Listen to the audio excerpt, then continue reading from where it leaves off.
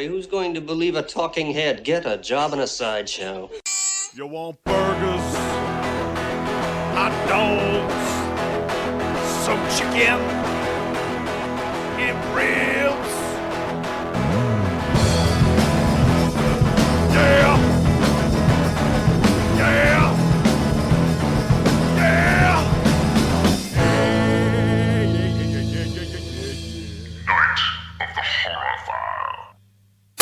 So what you could do is what I'm saying. Like if the serum in today's or the regent in today's picture was, Regent? Yeah, it's You like mean a regent. reagent? Reagent? Sorry.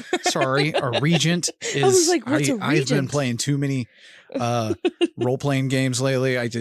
You have to go get your regents for the spells. Anyway. Oh, okay. I still think it's reagent. Reagent.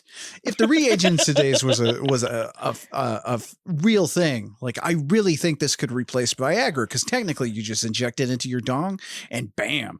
But what if it turns into a Your zombie? dick is the Re-Animator. Like, What if it turned into a zombie and like tries to eat you? oh my God, a zombie dick? Yeah. Oh, Jesus. Somebody call up Trauma. We got to write this thing. That does sound like a Yeah, trauma that is. thing. Zombie Yeah. dicks. Zombie dicks from Zombie Mars. Or dicks. something like that. Oh, man. I'm going to make no money, but I'm going to have a movie.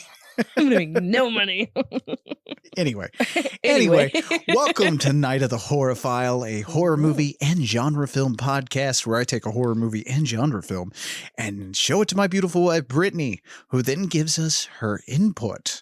And sometimes she likes these things, as was the case not last week. Not last week. You Not did last not week. enjoy last week. No.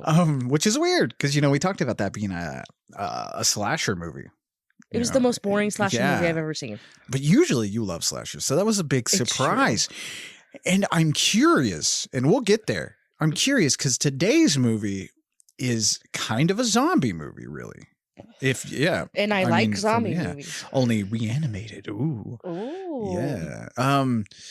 But what did we watch this week before we get fucking going here? Reanimators. Yes. Re-Animator, Stuart Gordon's Re-Animator, the late Stuart Gordon, who's a fucking fantastic director. One of his lesser known movies that nobody really talks about is King of Ants. You guys should definitely check that out if you ever come across it. It has George Wendt in it. It's fucking weird as hell. Is it about ants? No, sort of, yeah.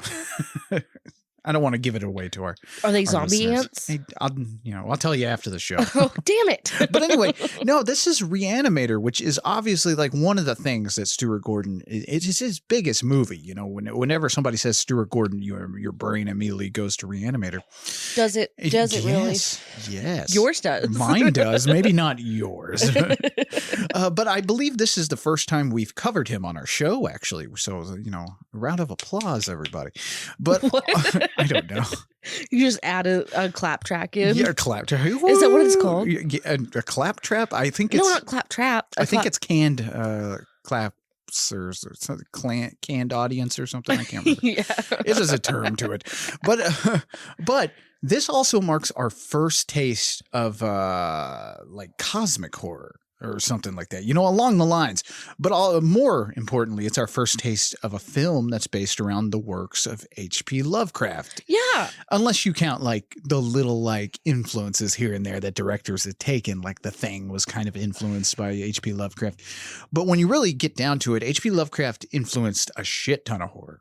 Yeah. Even the ones that aren't obvious references to his works, like today's movie. Today's film is loosely based on the horror short story the author wrote between October 1921 and June 1922, and then first published in the amateur little magazine Homebrew, which I think he then went on to publish it in Weird Tales. Weird Tales was his it was his biggest kind of publisher. And the things I'm talking about, like Homebrew and Weird Tales, it's like these little pulp magazines. We absolutely do not have these nowadays. It's a relic of the past. But my dad had, not these obviously, because before his time, but he had a bunch of pulp magazines that I used to read and I kind of grew up on as a kid. Are those like regional things? Like no, not necessarily. Some are, some aren't. Right. You also have the fanzines and stuff like that. Mm-hmm. There's a lot of that. I think Monsters of Hollywood started out as a fanzine, actually, strangely. But these things were more just like collections of stories. Okay. and Yeah. stuff like the salacious or the horror. So that's where he would publish this. Now it's also the first mention of Lovecraft's Miskatonic University in Arkham, and even more interesting, it's one of the first depictions of scientifically reanimated corpses being zombies with animalistic and crazy tempers. So it's the first kind of appearance of that kind of monster. Stuart Gordon got the idea to make this after a conversation with a few friends about like a party. They were kind of just sitting around talking about classic horror villains. It's a fun conversation. We've all had this. We sit there and talk about how many Draculas there have been, how many Frankenstein's movies, just talking about some good old classic movie monsters. Yeah. And he was kind of not upset, but he kind of pointed out the fact that there had been so many Draculas. And he was kind of saying that like he would like to have to see more depictions of like Frankenstein or like a Frankenstein's monster kind of thing. Now Gordon was kind of a fan of Lovecraft. He had read most of the author's works and was a fan. However, due to being out of print, he hadn't read the Re-Animator. Herbert West Re-Animator is the actual full title. And one of his friends mentioned it to him. Now, luckily, he went down to the Chicago library and they had one on file for him to read. And originally, now he set out to make this as a stage production. But along with fellow writers Dennis Paoli and William Norris, they kind of thought, hey, this might translate better to a television series. Maybe make a pilot and then go from there and write out the episodes. And they took that to Brian Yuzna, who helped produce this. And he was the one, I believe, who kind of mentioned that it would be better as a film. They might have more success because in Brian Yuzna's kind of idea that horror movies were really only successful when they were in film form, feature-length films. Oh, yeah. Long before the time where we're making series about everything now. That's kind of funny to think back. Right. Where it's like, you don't want to stretch this out to a whole fucking television series. Well, I'm glad they didn't make it into a stage play, and I'll tell you why. I feel like that would be very complicated to do on a stage. It might be. Now, they did make it into a musical. What? Yes, Re-Animator is a musical. We'll kind of discuss that later, we won't discuss that. I'll just mention it again later, but I'm not going to go into the whole production that is Re-Animator musical. It's pretty cool though. Like I will tell you, like if you can get a hold of the videos on YouTube, you can watch that. It was also would have been a problem because of how expensive it would have been to do a whole television series, so they revised everything that was written into what we have today. Originally, it was much more in line with H.P. Lovecraft's story. It was a much more faithful adaptation of that. But after they revised it and kind of rewrote and stuff like that, it turned into kind of its own thing. So while yes, it is an H.P. Lovecraft story, technically it's a Stuart Gordon movie. Okay, that makes sense. Yeah. Yeah. Now, produced by Brian Yuzna, like I said, filming began on November 28th, 1984 and lasted 6 weeks. So with all that in mind, let's take a look at the wild time that is Re-Animator from 1985. So at the University of Zurich Institute of Medicine in Switzerland, Leigh got killed by zombies and then reanimated and then killed by zombies again. I don't know. Would you want to be reanimated? No. No. Died? Well, in this instance, I mean, we have a pretty good case of why you wouldn't want to be reanimated. That's true. I mean, although I don't know, Dr. Hill has his own agendas later on we'll talk about. He's not exactly like the other ones, if you noticed. Oh, no. No. No. We will discuss it when we get there. But you might not be very familiar with the works of H.P. Lovecraft. And so Me, specifically right. you. Maybe some of our listeners are, but for those of you who aren't, H.P. Lovecraft, he kind of falls within what is sometimes referred to as cosmic horror. And I kind of mentioned that earlier. But more specifically, he based his works on his own philosophy of cosmicism. His most known creation being the Cthulhu mythos. Call of Cthulhu is a very good story that I think it's a required reading if you're into reading horror stories. I think we talked about a little bit of that. I think I have talked to you about Cthulhu and stuff before. Yeah. Because, like, you know, you see Cthulhu mentioned in everything now. You know, do I? Yeah. I mean, even that newer film with Kristen Stewart, Underwater, it turns into a backdoor Cthulhu movie. A backdoor Cthulhu. That sounds bad. Boy, that sounds like the porno you don't want to see.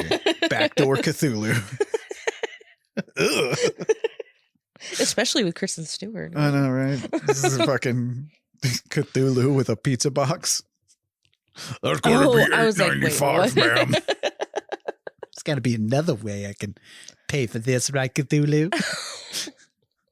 Worship me. I don't like this porn, man. They're going weird with it. But, you know, what he would do in his stories most of the time were kind of like there were like a lot of themes of how humans are an insignificant part of the larger scheme of the intergalactic existence. Basically, like we can get swept away at any fucking moment. So we're like little like, well, you hear that like, kind of, I don't know. You hear this in philosophy a lot where it's like, you know, we're just little bioorganisms inside of the fucking snowflake or something, you know, we are a very insignificant part of this universe, which is something I kind of subscribe to. I do believe we are a very insignificant part of this world. That's just me.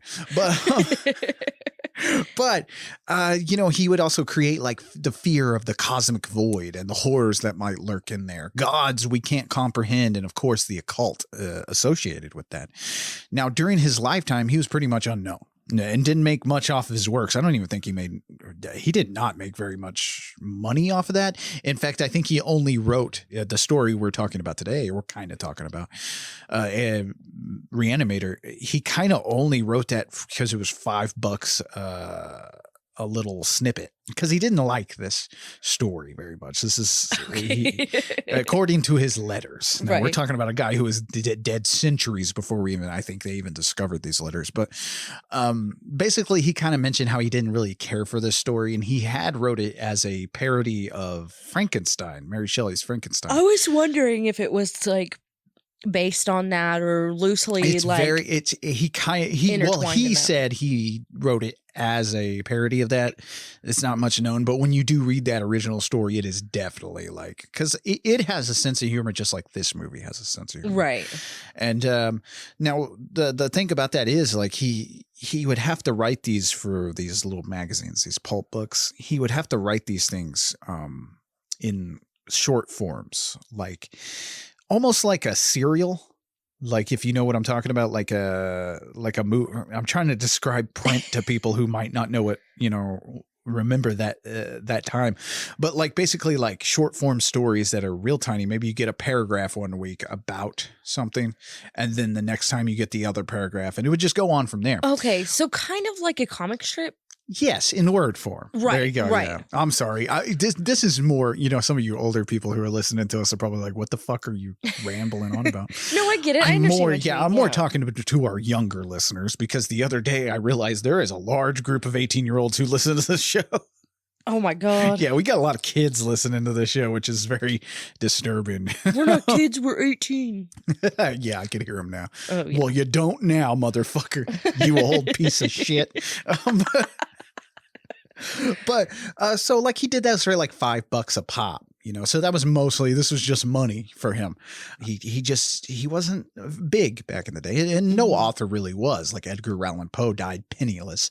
In the early 1970s, like scholars began teaching his stories and his writing and stuff like that, talking about his life and works. And what they were doing was trying to establish him as a significant author in American literature, which he is.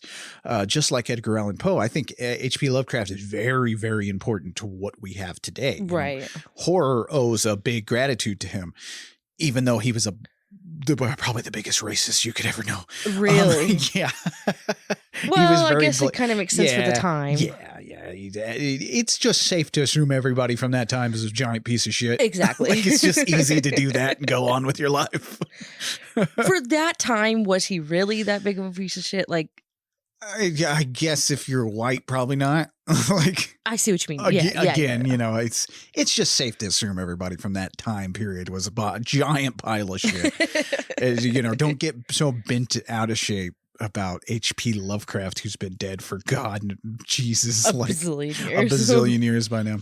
But anyway, so I'm not going to be delivering much more about H.P. Lovecraft after this. Okay. Like, this is going to be kind of last little bit. But if today's movie does interest you, it might be worth going and checking the author's work out itself. Now, there's also movies that came before this, like the Dunwich Horror and stuff like that. So there's a lot of movies based on this. I will say Stuart Gordon does the ones that are the most fun. Okay, like yeah. he does From Beyond later. He does Dagon and stuff like that. Stuart Gordon was a master at making these things fun, because you watch Dagon and then you go read the story it was based off of. You're like, wow, this story is really fucking dull. So like, think of Stuart Gordon as somebody who took H.P. Lovecraft and brought it to a new audience, you know, and really made these things really cool. Yeah. The only reason I know of H.P. Lovecraft is through Stuart Gordon movies.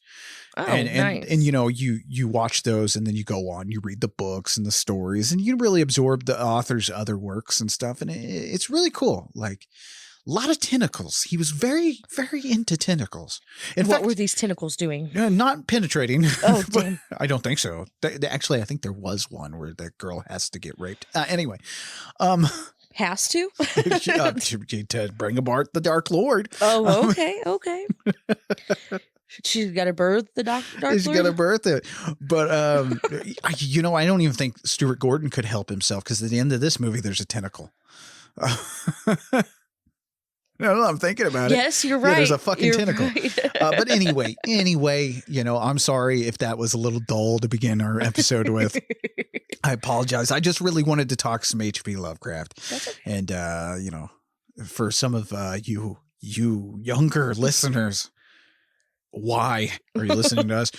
You know what? You know what? Better us than Joe Rogan. So Truth. Well, welcome aboard. True. But you know, go check it out. Go read a little bit. But anyway, let's get to the movie at hand. Okay. So at the University of Zurich Institute of Medicine in Switzerland. Oh my God. Switzerland. We're going to Switzerland. You know, we have listeners in Switzerland. Hi. Your country is better than ours. Yeah. Can you adopt us, please? Can we come to Switzerland? I'll say it right from now on. Well, something weird is going on with Dr. Gruber in his office. Yeah. So security breaks in. They grab Herbert West, who is on the doctor. Then we see that the doctor's head is all purple and swollen, and his eyeballs are kind of bursting out. And then they do like kind of burst, and there's blood, and then he dies. And Herbert tells them that he actually didn't kill the doctor. He gave the doctor life. What a fucking way to begin your movie, first off, like with a head pop. Like, I mean, his head doesn't actually fully explode, but like it might as well. His eyeballs do. I'll talk about the effects later, but this movie, the effects are outstanding for 1985. It's amazing. Some real gross moments you have here. And I said, you start off with some eyeball popping. Yeah. See, that's what I mean. I don't really necessarily want to be reanimated. I think this would be a bad idea. Just reanimated just to die again? Yeah, right. That's weird. Right. And but for these opening credits you get. And I love how like immediately you're in the opening credits after this little cold open. Right. I love that. It sets up the movie wonderfully. Now these opening credits though, you'll notice how closely the theme song sounds like Bernard Herrmann. Yeah, I noticed the score. Did you? No. Did you? No. Well, it sounds very, very close to the Alfred Hitchcock Psycho score that Bernard Herrmann. Oh, okay. I did. Yeah. Yes, I did think that. Yeah, I will be honest. Yes, and the similarities are definitely on purpose, as the composer Richard Band, who actually Charles Band, who does Full Moon. Charles Band, who does Full Moon, helped produce this with his original company at the time. Okay. Pictures something. I can't remember. God damn it. I'm going to get fucking so many fucking tweets. I can't remember Charles Band's original production company. But anyway, so yeah, Charles Band's brother, Richard Band, did the score to this, and he did it as like an homage to Herman.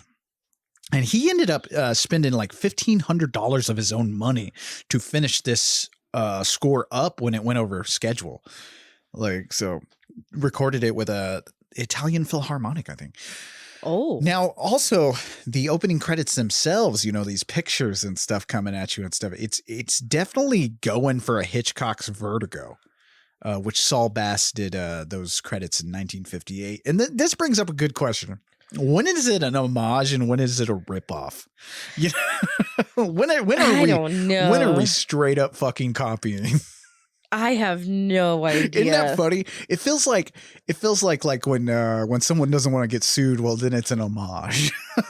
We said this as an homage. Yeah, we're paying tribute. I wish everything worked like that. Is it like in school when you write a paper and you use like a paragraph from something that you read and then you just have that cited page?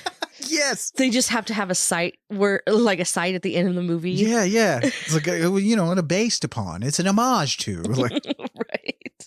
Oh, yeah. You could like copy someone's paper in high school and fucking write that. Oh, no, I wasn't copying. I was homaging. It was an homage. As long as you cite your work, it'll be fine. True. Just cite your neighbor's work and an homage to his work. Right. It's like I'm celebrating him is what I'm doing here. I'm doing my best here. Do you really want to disrespect this man by giving me an F? Giving me an F? But anyway, I find it hilarious because you hear that every fucking time with like stuff like this. It's like it was an homage. Was it? It's like, I don't know, man. I don't know. It sounds dead on. Like you think Janet Leigh is going to get murdered in a shower after this opening. Right. So now we are at Miskatonic University in Arkham, Massachusetts. That is a mouthful. That is a mouthful. Now, Arkham, Massachusetts is where most of H.P. Lovecraft's stories usually take place. His stuff takes place near oceans, like almost constantly. Okay. Like, so just because you got to work the Cthulhu thing in there somewhere. Oh, okay. Not that this movie does that. It's just every time I hear Arkham, I think of Batman. Oh, okay, yeah. Well, yeah, that is actually an homage to H.P. Lovecraft. Speaking of homages. That is an homage. But Miskatonic University, this building that you see that they're using for it is the same building they used in Terminator 2 for the Cyberdyne headquarters.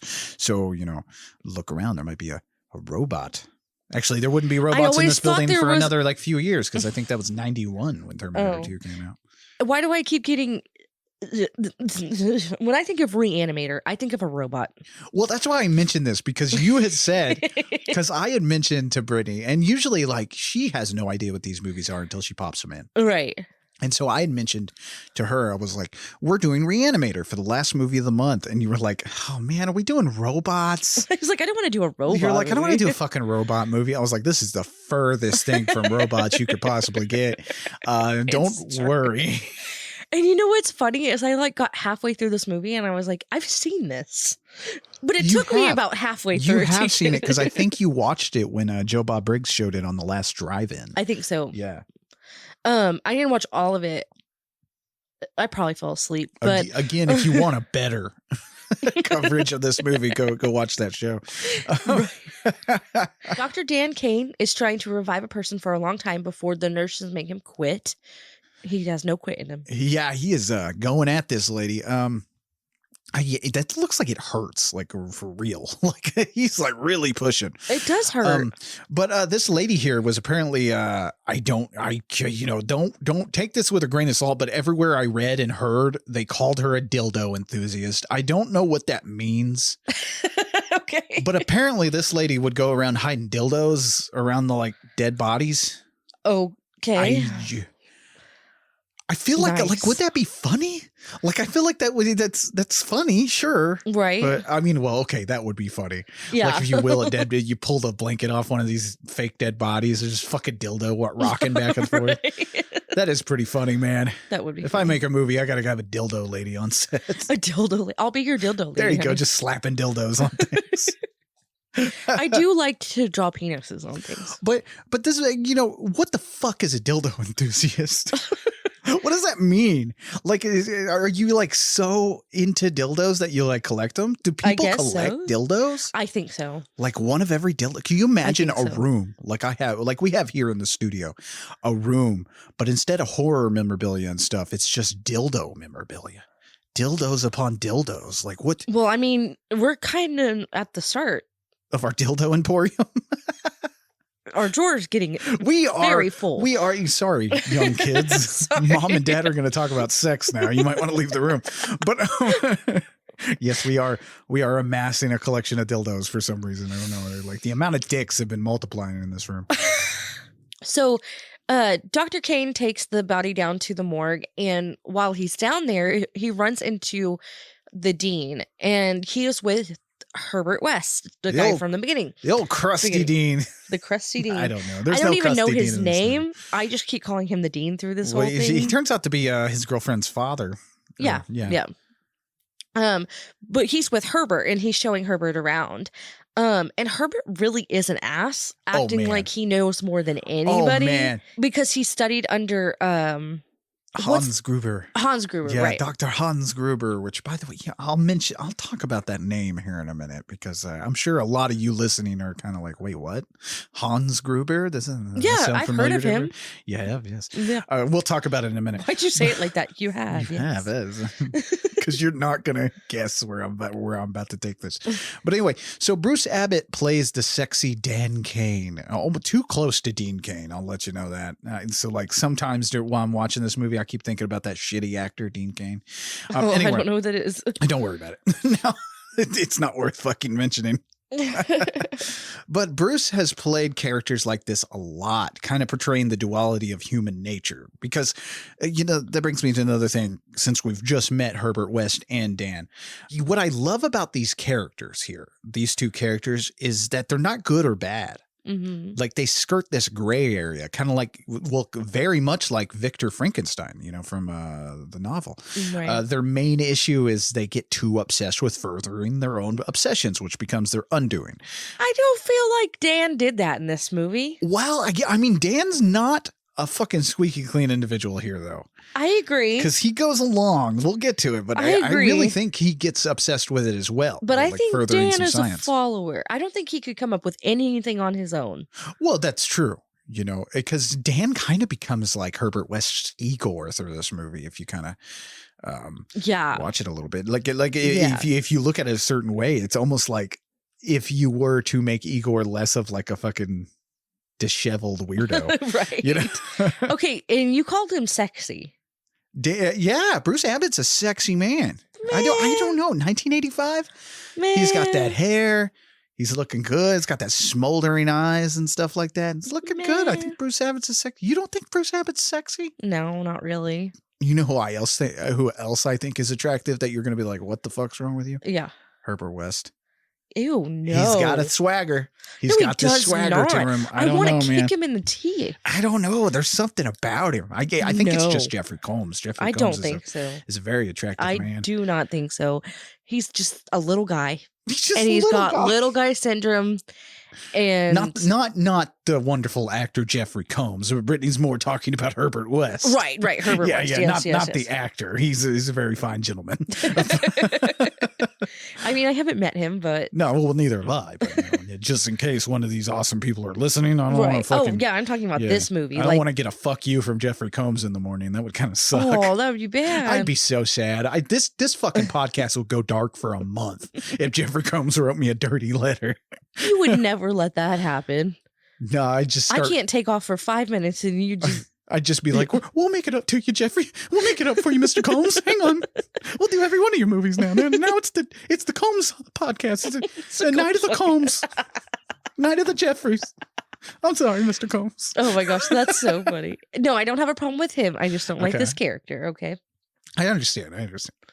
So then we get this weird scene where Dan's kissing his girlfriend at school, and that turns into them fucking. Lord, you gotta love a good random fucking scene. It was just like it is. No, right. Fucking, we're getting to the fucking. I miss this shit. I was watching this, and it's been a while since we got a lot of like well, we talk about it like it's a hardcore fucking pornography. Right. It's not. This is nice sensual sex, some fucking scenes. Some fucking, God, I sound so fucking gross. Go watch the fucking. But you don't have sex scenes like this anymore. Because I've been watching a lot of 90s movies, like 80s and 90s movies, because I've been doing like a whole thing about action movies, like action rewatch.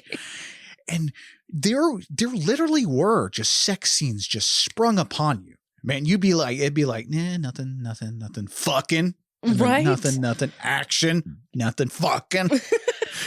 There was no like leading up to it. No, at all. That's the thing is it was really weird, this transition that they did here. But the transition from them kissing to fucking, I was like, what the fuck? I had to rewind and be like, did I miss something? It blows your fucking mind. Like, I thought I missed something. Yeah, if they were to do this in like a fucking, I don't know, like a Marvel movie, you'd like shit your pants. Right. Like that's how fucking rare this shit is now. Yeah. Man. And I'm sorry, like I know, like I don't, you know what? Fuck that. Everybody likes to watch people fuck. That's just, that's human nature. We're all fucking machines. Like, unless you're asexual, which that's fine, but you still might like to see sexy people do it. Yeah, maybe. Especially because we got Bruce Abbott and Barbara Crampton here, man. Barbara Crampton, which Brittany's like, what the fuck? I don't care. What? But since Dan and West are in a gray area, Barbara Crampton's Megan Halsey is like the only purely innocent person here. Oh yeah. This whole time, you gotta feel for this lady. But Crampton is fucking awesome in this movie, and she does all her own screaming, and she's no stranger to the horror genre either.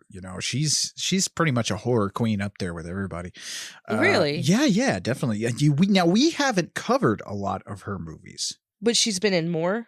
Yeah, like Chopping Mall from 1986, You're Next from 2011, which is a very underrated movie. We Are Still Here from 2015, Castle Freak from 95, and From Beyond from 86, which are both directed by Stuart Gordon.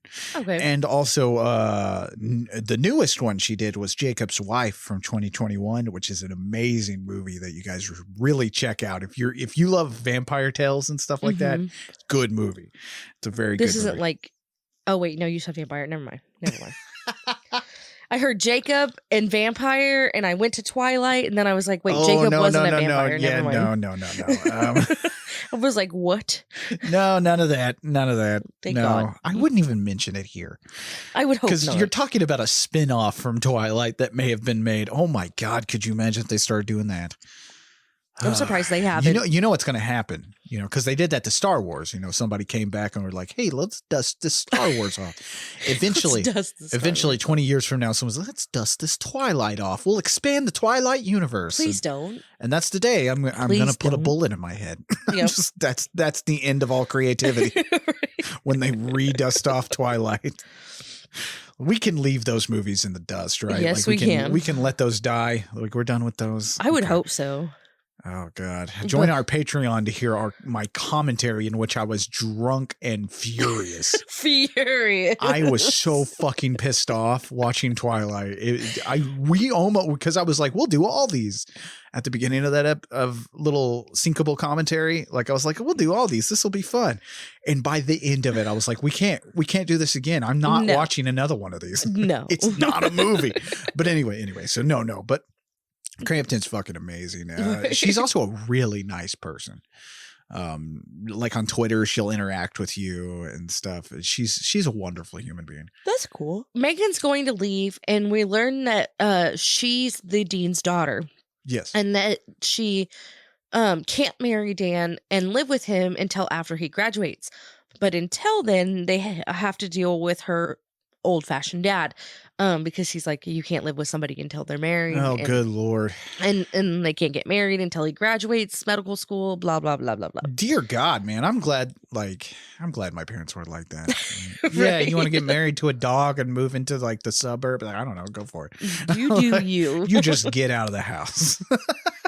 Just leave. Have a good time. Right. Then Herbert shows up because he's going to stay with Dan. And he almost has an orgasm when he sees that the house has a fucking basement. I fucking love that. He's like, Have a basement? A basement? A basement? Yeah, I'm sorry, but bad move on Dan and fucking Megan sucking. What the fuck? Right? Like I said, Jeffrey Combs, sexy beast. But the character of Herbert West is a creep. Like, as soon as you open the door, like, and see that standing on your porch, like, I heard there's a room for it. He might as well just fucking, like, have a mustache and twirl it. Oh, yeah. Oh, yeah. This dude, oh my God. So, no. You would definitely not let this guy into your house. No. And Megan is not happy about it. She does not want him to live there. But, But he's like, I already chose. Herbert West says he already chose, not Dan.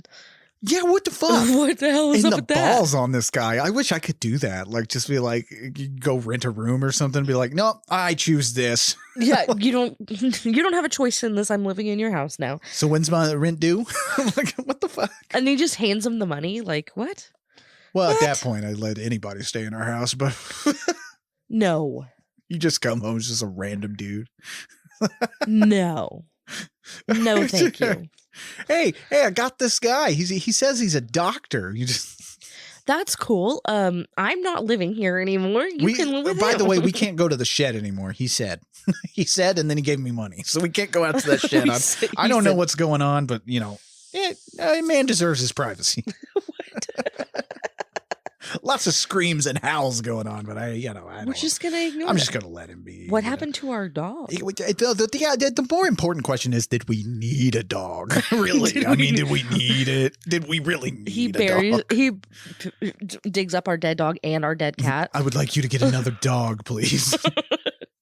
So first off, we've set up our three main players here. One of whom is, like I said, the fantastic Jeffrey Combs, and this is one of his first lead roles. He actually didn't know much about H.P. Lovecraft until this movie, which Stuart Gordon, I'm sure, filled him in. And after this, almost everything he's done has been more in line with the horror and sci-fi genre, including a character on Star Trek. He also does a damn good Edgar Allan Poe. There's a movie called The Black Cat, I believe, that Stuart Gordon did for Masters of Horror. Really fucking good. Go check that out. But I think it's fascinating because we should talk about the character of Herbert West a little bit. Okay. I think it's fucking fascinating when these actors pull off such a fucking good job and they make these characters so iconic that it ruins the character from then on out. Nobody can do this justice anymore. Right. I've seen one other adaptation of H.P. Lovecraft's Re-Animator, and the dude who plays it's just not good. Oh, really? Something about this, and while this is loosely based on that story, the adaptation I'm talking about, I believe it was a foreign film, but it was like a direct adaptation of H.P. Lovecraft's story. It took place at the turn of the century. But you're just like the whole time you're like, well, I just miss Jeffrey Combs. Right. And like actors do this all the time in the horror genre. Like think about Freddy Krueger, Robert Englund to Freddy Krueger. Like, you might as well make that character just never come back because like nobody can do that character justice. I mean, they tried with Jackie Earle Haley and it just gave us all the sick to our stomach. Good God, that fucking movie is terrible. Okay. But, everyone else's performance could never do this character any justice. And I've always found that fascinating. I've always thought, like, wouldn't it be wild to know that you made a character, you cemented a character that no one else can fucking portray now because you made it so iconic. Because Herbert West is probably one of the most famous horror movie like icons, just characters. Because I wouldn't go so far to call him a villain. Right? Like, how do you feel about this character? It's, I think there's, like you said from the beginning, there's that gray area, and I don't think he's a villain necessarily. I think he mistakes upon that. I think he is passionate. Well, yeah. And we talked about Frankenstein. It's very much in line with like a Victor Frankenstein. Right. Where he, because we watched Frankenstein, like he wasn't necessarily a villain. He just kind of became one through his obsession. Right. And his dedication to his science, Because, I mean, technically what he's trying to do is create immortality. Right. And depending on where you fall on the philosopher's coin, that's a good thing or a bad thing. Right. You know? So, but I can see where they say mad scientist now. Oh yeah, like because I could see I could really see like scientists doing this, like getting so caught up in their work, yeah, and like trying to prove their hypothesis and all of this, that they just get lost in it and start doing shady shit to do it, to get totally. Yeah. And it makes for a more compelling character. You know, you look at Deep Blue Sea, which is kind of a dog shit movie. It's good in its own way. It's so bad it's good. But like the character in that who's trying to cure Alzheimer's, which is a noble cause, you know, a very noble cause, but she ends up creating fucking super smart sharks, which is a terrible idea. Oh shit. We don't need that. We do not need that. And we don't need fucking killer zombie creatures roaming the earth, right. Which is what Herbert West ends up doing. Right. So now we're watching Dr. Hill, who's a professor at the school, teach us how to peel back the scalp and cut through the cranium and expose the brain. I'll tell you right now, scalp peeling, like whenever in movies they peel someone's scalp or face off, that is the fucking worst thing ever. I don't know what it is. Stuart Gordon goes on to do a very visceral version of that in Dagon, where they peel this guy's fucking face off while he's still alive. Oh God. And it is fucking... I want to know if it is disturbing. I want to know if it's as smooth as this guy made it look. I don't know. Okay, he makes it look... maybe it is smooth when they're dead. But like, I know, because this is actually, it's kind of accurate at how they like fucking peel back the scalp and cut to enter the brain. Yeah. But like in Dagon, man, you gotta go, we'll watch Dagon one of these times for this show. But like, they make it look rough. Like, cause this dude is like having to put all his strength into peeling this fucker's face off. And Jesus, I don't know. Man. So in this class, Herbert's there and he keeps getting annoyed because he thinks that Professor Hill stole all of Dr. Gruber's ideas and methods. Which we kind of find out he did. Yeah, he did. Like, because he's a fucking thief, which is funny. I love these kind of characters in these movies and stuff where it's like this doctor who gets ahead just by using everybody else's shit. Yeah. Which you got to wonder like how many of those fuckers are out there just running around. A lot of like them. Dr. Oz. Ooh, just call it out like it is. Dr. Oz is the human equivalent of a meme. He's not he's not good at anything. He just spouts out a bunch of nonsense so old people believe him. It's because he got all of his information on Facebook. Exactly. And I think if Dr. Hill were around today, he'd be getting a bunch of shit off Facebook. Right. But no, he's a piece of shit. And I love that like in a movie where you have like so many gray areas with these characters, you know, well, with Dan and Herbert, more Herbert, you know, because I'd like to hear more of your input on Dan in a minute, but more Herbert where he's kind of more just trying to progress and stuff. And I know like a lot of people would come at me and be like, what really is he what's his aim really? And that's what I mean by, I think he's just trying to find a way to live forever. Like he's trying to get that. Oh yeah. That's to me is what his goal is here, but it's, you know, it goes awry. But like I love in a movie like this where you have these gray characters, you have to have like this fucking like villain. Oh yeah. Like just, but you don't know that he's the villain at first. No. And I really appreciate it. Like it's like, I think without Dr. Hill, things would probably get boring through this. Yeah. Like, cause I can see that. Yeah. You need some kind of foil, you know? And like, because like you said, like Herbert's not bad enough. Like, yeah. There's not enough. Yeah, exactly. Like, because whereas like you take something kind of nuanced like Frankenstein where like the doctor becomes the villain. I don't necessarily think Herbert West really goes that far, like to become a full on villain in his own story. I don't know. You know, it's a very interesting character. I think that's what makes this character so iconic at this point is because it's kind of skirting the line there.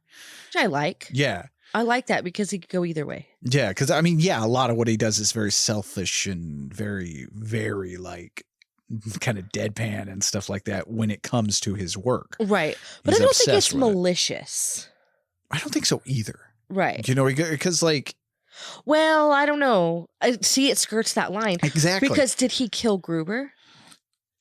No, because you remember at the beginning, he said he didn't kill him. He gave him life. I think Gruber died, and he injected him with the formula. Okay, that makes sense. And brought him back to life. The only problem is he keeps doing this, and he doesn't really try to further the formula to keep that from happening. Right.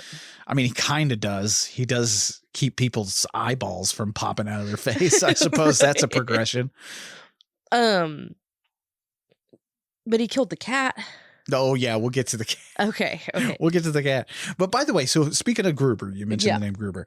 Dr. Gruber at the beginning, his full name is Hans Gruber, which is the name of the villain from Die Hard, played by Alan Rickman. Okay, I've heard Hans Gruber before, but I thought it was an actual person. I'm sure someone out there is named Hans Gruber. Okay, when I Googled this, though, you know what it brings up? What? The villain from 1988. Die Hard. Die Hard. Yeah, which came out years after this. Right. So I don't know. Did somebody pull the name from this movie? Did they homage? Did they homage Re-Animator and Die Hard? But it is funny to think maybe that Hans Gruber, is it the same Hans Gruber? Not playing. Is Hans Gruber a real person? And they say Hans Gruber is a fictional character and the main antagonist from the 1988 action film Die Hard. Yeah, no one ever says anything about Re-Animator. I think Die Hard ripped off Re-Animator. Maybe so. Somebody needs to get Herbert West to reanimate Bruce Willis's fucking career. Maybe this is just a name that they use for doctors, because whenever I heard them say this, I thought it was a famous doctor and they were just using that name. I mean, maybe. But I swear I heard this before. You know what? Maybe it's not. Maybe it was from the first time that I fucking watched Re-Animator. Was there a Nazi named Hans Gruber? Is that why we're thinking this? No. Was there a fucking Nazi? There is nothing on the interwebs that says anything about Hans Gruber. Weird. I wonder if it's such a common name in Germany. Well, that'd be weird. You got a bunch of Hans Grubers running around Germany. You might. I don't know. You got to start throwing those people off the Nakatomi Tower. Anyway. What? Anyway. What? Anyway, I don't know how this got subverted to Die Hard, but yippee-ki-yay, motherfucker. Is that why you wanted to watch Die Hard so bad this week? Kind of. Yeah. No, that and I'm doing my action retrospective, which, dear God, some of those movies do not hold up. Oh, God. There's a lot of gay panic in those movies. Oh, shit. I ain't no queer. Look, I'll shoot this guy in the head. I ain't no queer. That's basically all those movies are. I'm going to shoot this guy. I'm not no queer. Oh my gosh. Anyway, so Megan and Dan are studying together, and she is annoyed by Herbert being there, even though they never see him. She says something about the cat not liking him, and then they realize that they haven't seen the cat in a while, so they go looking for it. Well, Megan goes into Herbert's room, and she finds the dead cat in his fridge. Well, Herbert shows up, and he's pissed. But he says that the cat was dead when he found him. Which you think he was, or did Herbert West kill this cat? I think he killed the cat. Oh, shit. There's no way. He said that the cat got his head stuck in a jar and suffocated. I'm thinking. I'm sorry. No. I'm sorry, but that would be hilarious. That is the most funniest animal death I've ever heard of. Okay, I'm sorry though. Okay. I'm a terrible person, I think. Okay. If I had a roommate and they had a cat and the cat died of suffocation, I'm thinking I'm leaving the cat there so the owner can find the cat. You not wrap it in plastic, put it in your fridge? No, I'm good. He was like, I forgot to tell you. How did you forget? It escaped my mind. Maybe tell me when my fucking cat's dead. It didn't really escape your mind enough because you put it in your fucking fridge. Well, keep it fresh. He said I didn't want it to smell. So. Oh, he killed this cat. Or is that what? Yeah. I think he killed Gruber. Oh, too. shit. PETA's going to be coming for fucking Herbert West. You think he killed Gruber? I don't think he killed Gruber. Gruber looked like an old man. I think he died of a heart attack and he tried to bring him back to life. But he just happened to die of a heart attack while West was in the office with him. Good point. A lot of people die around West. I think this is... Are we sure he's not a villain? I mean, he kind of is. Well, I mean, technically, we say he kind of is, but that is the very definition of a mad scientist. What if? What's up? He was working with Gruber on this, okay? And Gruber told him to do this. Good. I might. If I was like, I'm going to die one day. Why don't you just inject me with that shit? Yeah, like. Well, let's see what happens. Let's have a wild night. Just inject me with that. See what happens after that. Just kill me if I get a little fucking crazy. eyeballs exploded. Right. Check that off the list. So in the middle of the night, Dan wakes up because he hears a cat screeching. So he goes down to the basement and he finds the cat attacking Herbert. Yeah. They finally get the cat off of him, but Dan has to throw this cat against the wall to get it to stop. And it splits the cat almost in half and breaks this cat's spine. I gotta say, I'm a big animal person, but something about cat deaths in movies. Oh my God. Why is that so goddamn hilarious?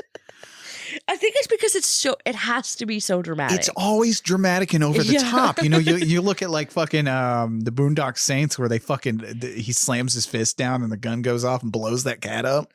Like, and then in a Vampire in Brooklyn, like there's a part where like he's holding up like these Italian dudes, like this guy with a gun, and a fucking cat jumps at him. He just shoots him midair. Why is cat deaths in movies always fucking hilarious? Because it's so dramatic. I guess. Because I bet it would be really hard to kill a cat. Like, because when I think about it, I don't think I've ever seen a movie where a cat dies and it's like sad. It's always fucking funny. Like, do we hate cats that much? What about Pet Sematary? That wasn't even sad. And when they peel it up, it's like fucking stuck to the ground. That's kind of silly. You're right. And then he gets him. And then Dale Midkiff in that fucking movie gets him by saying it's Thanksgiving Day for cats. And that's hilarious. Right. So, yeah. Oh, but he just fucking slaughters his fucking cat against the wall. And it didn't even look like he threw the cat that hard. It looked like he threw a fucking piñata. Right. Anyway, so Herbert then tells Dan about the process of reanimation, and he says that the reagent that he uses is new, and it has helped him conquer brain death. Yes. Kind of. And then he asks Dan to help him with this project, hypothesis, I mean, whatever if it is. you don't count the eyeballs exploding, it's done some stuff. It's done some things. It's done some things. And Dan says that he doesn't believe him. He was like playing off the cat or whatever. He said you didn't kill the cat. You just made the cat be basically in a coma, and then he just brought the cat back, like warmed the cat back up and brought him back to life. And it's like his spine is fucked up. Right. And so Herbert's like, let me show you. So the cat's dead again, and he gets reanimated again. But he can't do anything because his spine is shattered. Cat. This poor goddamn cat. Oh, this is brought back to life twice. Right. It's just in pain. And then Megan fucking shows up, and she's freaking the fuck out. She would pop in at the wrong fucking moment. Like, every time. Every time. This cat's fucked up. Throughout this whole fucking movie, she does. Now for that, where poor old the cat Rufus was in the fridge. That was actually a real dead cat body, apparently. What? Yeah, I did. Don't ask. PETA's probably got some fucking papers or something. I don't know. So John Nolan worked on the special effects in this movie, and they are fucking awesome. Oh yeah. Like for 1985, this is fucking awesome. Like, say what you will about this movie. I have run across a few people who don't like this movie. I say what you want, but the effects are awesome. They use a shit ton of blood, first of all. Nolan had mentioned that he might have gone through like maybe 2 gallons of blood for a movie here and there. But for this movie, they used at least 24 gallons of fake blood. Think about like 24 fucking like milk jugs full of blood. Oh my God. That's what we fucking used here. So there's a lot. My car doesn't even take 24 gallons of gas. Can we afford gallons anymore? Of gas? We're going to have to fucking reanimate the cars to get it fucking going again. Right. Jesus. But that's what fucking Herbert West should get on. Like, to solve the gas crisis first. Right. But no, it's one of the bloodiest films he said he ever worked on. And I got to agree. What I like about this movie is it feels like, at its base, it feels like a cross between Evil Dead and The Howling. Because, The Howling had that kind of, not parody, but like, it had a good humor to it, and the kind of scares that were going on. It was a little scientific and stuff here and there. Right. Yeah. I really had to think about that for a second. I was thinking that for that. Blah, blah, blah. I was thinking of that for a really hard second. Yeah. It's kind of like the technical specs of Evil Dead with the story of The Howling. Like, right. How that movie has such a wonderful sense of humor, like we discussed. Yes. And this movie does too. But that's what it kind of feels like to me. And he and Gordon Nolan would study forensic pathology books and pictures from the Cook County morgue to get dead bodies to look real in this movie. And they do. I think like out of all the movies of the 80s, like this movie has the most realistic corpses. Oh, yeah. Because like what they did were they learned the discoloration when like blood would pull up and settle and rigor mortis and stuff like that. So you see that on these dead bodies in this movie. And the colors they have is pretty much almost dead on to what a real body. You see where I went there? Yeah. Except for the dildos. I mean, our dildo enthusiast was shoving dildos places. I don't know. Places, or was she just hiding them? Probably just hiding them. I don't think she was shoving them in people. I think that's illegal. Well, the fake dead bodies. I don't think that's illegal. You can probably shove something in those. Because it's fake, yeah. You think anyone ever got like freaky with a dead body on one of these movies? Oh. Think anybody took it home and did some stuff? As long as it's just a prop. I mean, I guess that's legal. Something just seems not okay. Yeah. It's just, even though it's a fake dead body, it's a little weird. I could really use a world without necrophilia. But anyway. I agree. So Dan goes to tell the dean about Herbert, his experiment or whatever. Yeah. And the dean thinks that they are all crazy. And he tells Dan that he needs to stop or they're going to take back his loan so he can't finish school. And he wants Dan to tell Herbert that he is no longer a student at the school. So he's basically kicking Herbert out and threatening Dan. Which, the crusty old dean here. I don't know, man. I think you really got to show him this stuff and not just come at him saying we're bringing dead people back to life. Right. Hey, we're bringing dead people back to life. You could like make a PowerPoint. Wait, they didn't have PowerPoint back then. You could make like a presentation.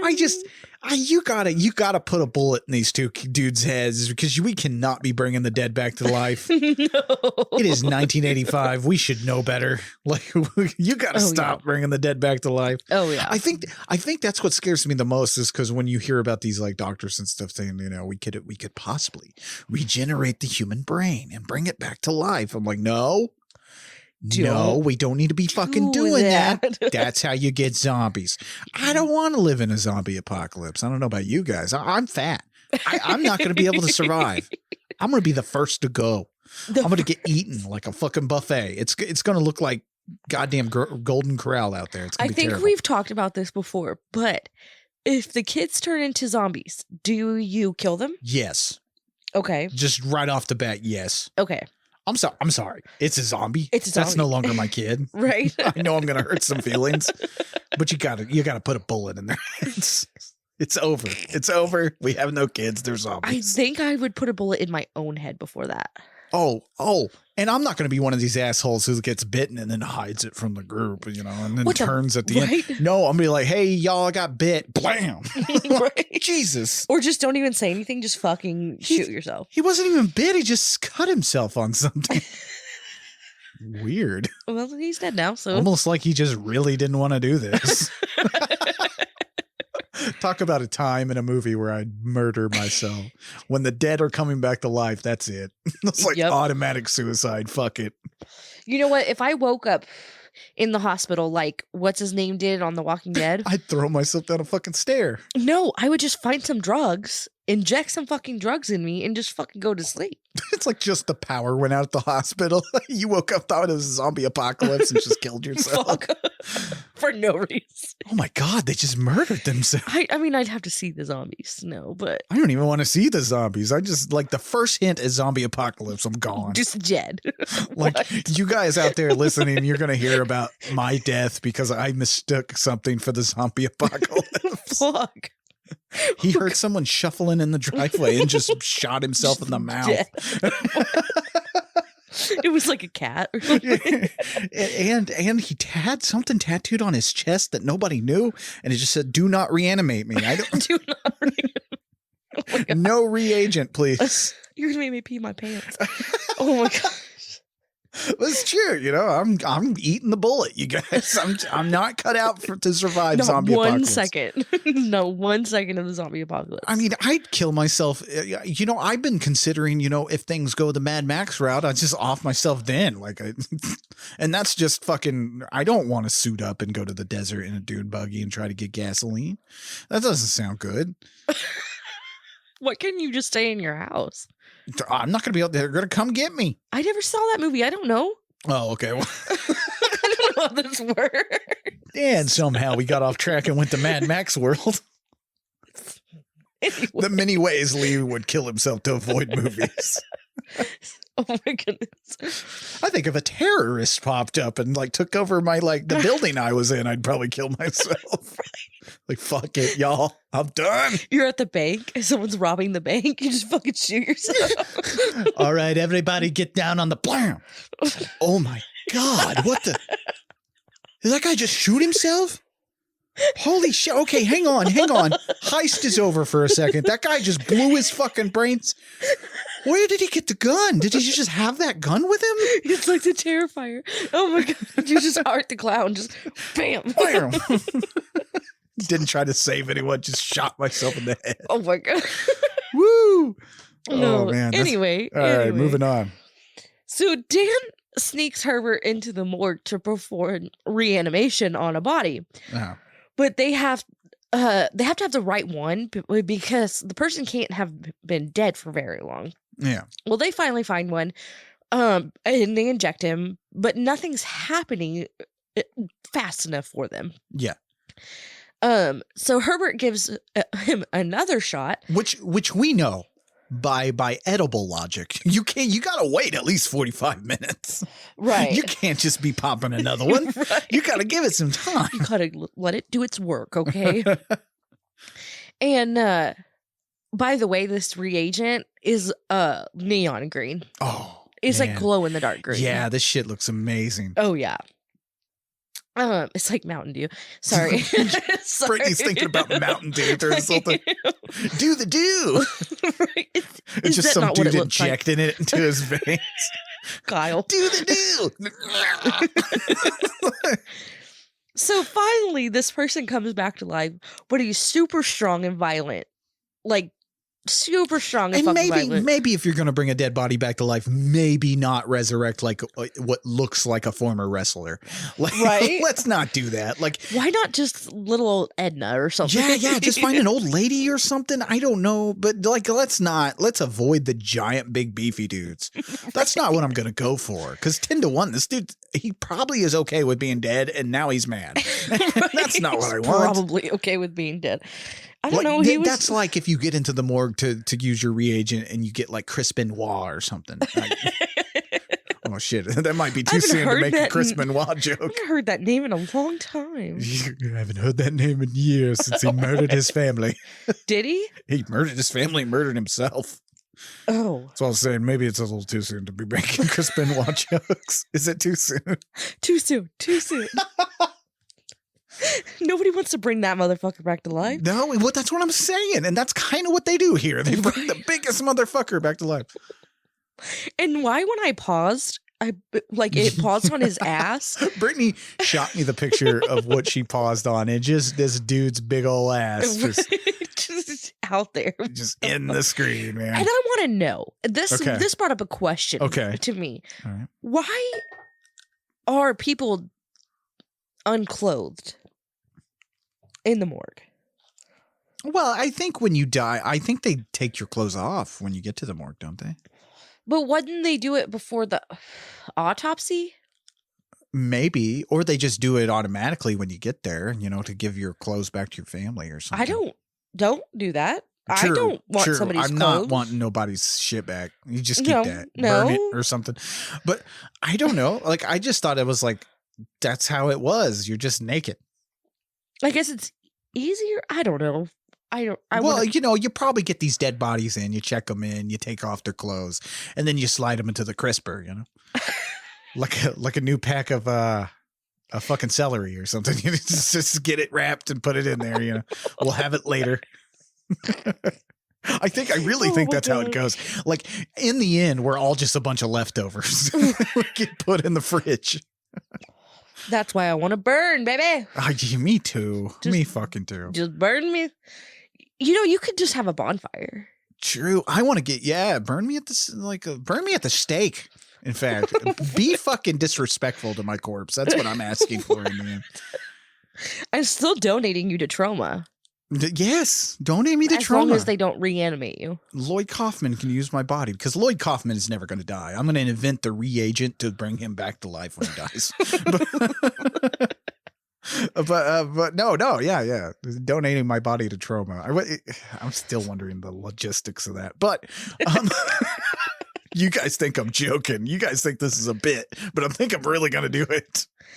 Anyway. They have to have the movie set up and ready for when you die. And I'll be in the crisper waiting. That's the thing. I'll be right next to the apples. Well, bodies kind of disintegrate. Not if you freeze them. Okay, put me in the freezer next to the leg of lamb. I'll be good to go. The leg of lamb? Oh my God. Wait, I have a question for you. Okay. Would you call these things zombies? We've been calling them zombies this whole thing. I asked you. And I wanted to bring it up during the podcast. Okay. But would you call these zombies? Because technically, are they zombies? Hold on. Let me look up the definition of a zombie. I think technically for this movie, you'd call them the Re-Animated. But, I don't know. I'm looking up the definition of a zombie, okay? A corpse said to be revived by witchcraft, especially in certain religions. A tall mixed drink consisting of several kinds of rum, liquor, and fruit. Brittany found the recipe for a zombie Manhattan. Whoa, I didn't know that was a thing. Yeah, it's a mixed drink. But so for these things, and I refer to the movie definition of zombie where it's either witchcraft or fucking science. Hold on. Okay. A zombie is a mythical undead corporeal revenant created through the reanimation of a corpse. So these are zombies then? Yeah. That's cool because I always kind of wondered that, would you refer to these as zombies? But they're not like the usual zombie you get, It says, the term comes from a Haitian folklore in which a zombie is a dead body reanimated through various methods, most commonly magic like voodoo. But many methods. So this is another method. So these are zombies. See? So this is a zombie movie, I suppose. Yeah, it's pretty cool. Okay. I love zombies. See, that's what I wanted to ask you. Cause okay, just like slashers are Brittany's bread and butter, zombies are one of your things. In fact, I think we kind of connected over zombies. We were talking Pride and Prejudice and zombies one time, and we kind of went from there talking about our shared love of zombies. Right. You got to find something when you find someone you love. You got to find something to connect with. Ours is zombies and dildos. Oh, wow. Okay, we didn't talk about the dildos for a long time. Okay. Well, I had to get over my, I'm no queer, I'll shoot this guy. Now, the way they achieved, you mentioned the reagent, the color and stuff being neon and stuff. The way they achieved that is pretty fucking simple. It's just broken glow sticks. Oh, They that just makes broke sense. they used the glow stick liquid, which is kind of funny because supposedly it's the first time that's been done in a movie, which it kind of sounds silly, but that might track because if you think back at the older movies before 1985, to have something glowing like this, you would always notice a black light come on during the scene. Oh, yeah. So like that would be how that shit glows. But yeah, I think this is so striking because it is just glowing on its own. And that nice green glow you get out of it is so cool. It's so iconic. Right. To the point where like when you think of Re-Animator, you immediately think of the reagent. Right. You gotta admit, like to do a Re-Animator like cosplay, that must be like one of the easiest things ever. It would be. Throw actually. a fucking lab coat on and pour some glow sticks into a fucking syringe and you're good to go. Just don't get that in your mouth. Oh yeah, don't eat the glow sticks, people. I can't stress that enough. I never did. I did break a glow stick and play with it in my hands, which is not what you want to do apparently. I've done that too. Yeah, but I thought it was fine, but then I don't know. Oh, maybe now you're going to get reanimated. Am I going to get some kind of fucked up disease from this shit later on? Probably. That's probably why my fucking joints hurt now. Oh, wait, that's called being 30. Okay. Old man. I tell you. It's fucking bullshit. You get up in the morning and things are popping and cracking. And it's true. This shit's bullshit. I hate getting old. Bullshit. I hate bullshit. Down. Sorry, you're not 16 anymore. But that's why when something happens, I'm going to have to blow my brains out. I can't last. I can't do it. Oh my gosh. Anyway, so the dean and Megan show up at the hospital because he wants to talk to Dan, and he says that he doesn't want them to be together. Basically tells Megan that she has to break things off. Right. So he goes down to the morgue to find Dan. I don't know why he knows that Dan's there, but he does, whatever. Well, there's only two places you could be in this movie. I mean, he could be at his house. Well, that's it. The house or the morgue. I'm sure the morgue was the first stop, Oh, yeah. Probably close to where they were. Yeah. So he goes to find Dan in the morgue, and he can't get the door open to the freezer thing until the zombie thing busts through the door on him. Like he falls on him. Yeah. Then they wrestle around a little bit, and the zombie bites off his fingers and then throws him against the wall. And then Herbert shows up with a bone saw and just sticks it through the zombie's torso. Again, the effects, man, so much fucking fun because, like, again, we're doing all practical, So like, right. You get this fucking Herbert West driving this bone saw through the middle of this fucking corpse. Right. That's cool as fuck, man. It was pretty cool. And I liked that it wasn't straight through the middle. Like it was like off to the side. Oh yeah. I liked that because it seemed more real. Like, yeah. I don't know how to explain. Well, you're going to get somebody in the center every time. Oh, that's true. You know. The main aim is just to end this, whatever this thing. Right. You got to kill off Chris Benoit before he gets even worse. Oh my God. Okay, guys, we're going to take a little break here. Okay. Now, what I'd like to highlight here, and this is something we don't do very often, actually, which is we probably should. We should do more of this. But I'd like to highlight a creator in the horror community. We're calling him, like, I'm nicknaming him the Weird Al of horror. Okay. Man, he does some amazing horror, what do you call that? Stuff that Weird Al does, parodies. He does a lot of horror parody songs, And he recently, for his album that he's doing called Stabby Road, Jeff Whitmire, and if I'm pronouncing your name wrong, Jeff, I apologize, but Oklahoma. But Jeff Whitmire, he did a song called Get Re-Animated, a parody of Come Out and Play by The Offspring. Now, so we're going to take a break here, and I'm going to play the song so you guys can enjoy this. And be sure to go to Jeff Whitmire's Twitter and his YouTube, which his YouTube is, let me get the name for you guys. His YouTube is Jet Whitmire 47. Go check that out. He has a lot of songs on there, a lot of awesome stuff. You can find all sorts of info over on his Twitter about his album that's coming out. Again, that's Stabby Road, and that's Jet Whitmire 1 at Twitter. So here we go. Without further ado, here's Get Re-Animated by Jeff Whitmire.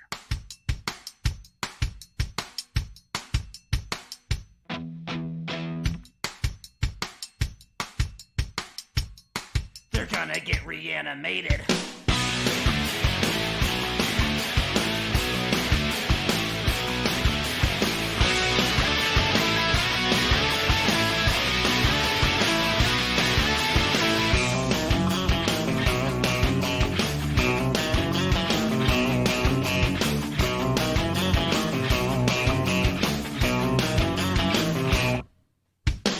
say your daddy cashed in, and now your cat is deceased.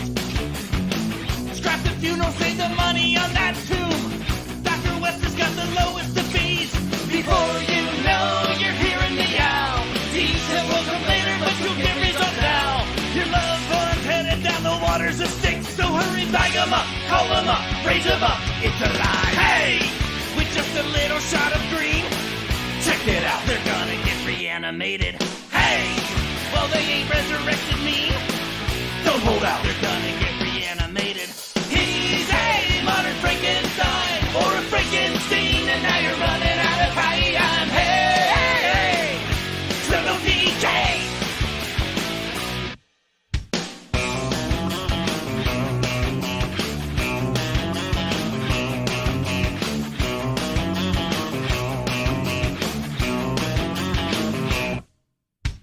Don't talk to him about the science. It only makes him irate. Get down to the morgue, cause he's running a sale. Small price wasted just to stick it to bait. And you'll keep on saying, what was I waiting for? First few days are harder, you'll get used to the core. You simply won't believe all the things he incubates. And with his flash and his scope, he'll give you hope, he'll give you, hey! He just injects it in the spleen. Check it out, they're gonna get reanimated. Say, you're the daughter of the dean. Don't you doubt, he's gonna get reanimated. Hey, soon you will find they only want hug like human flesh of any kind. Hey, come out and play.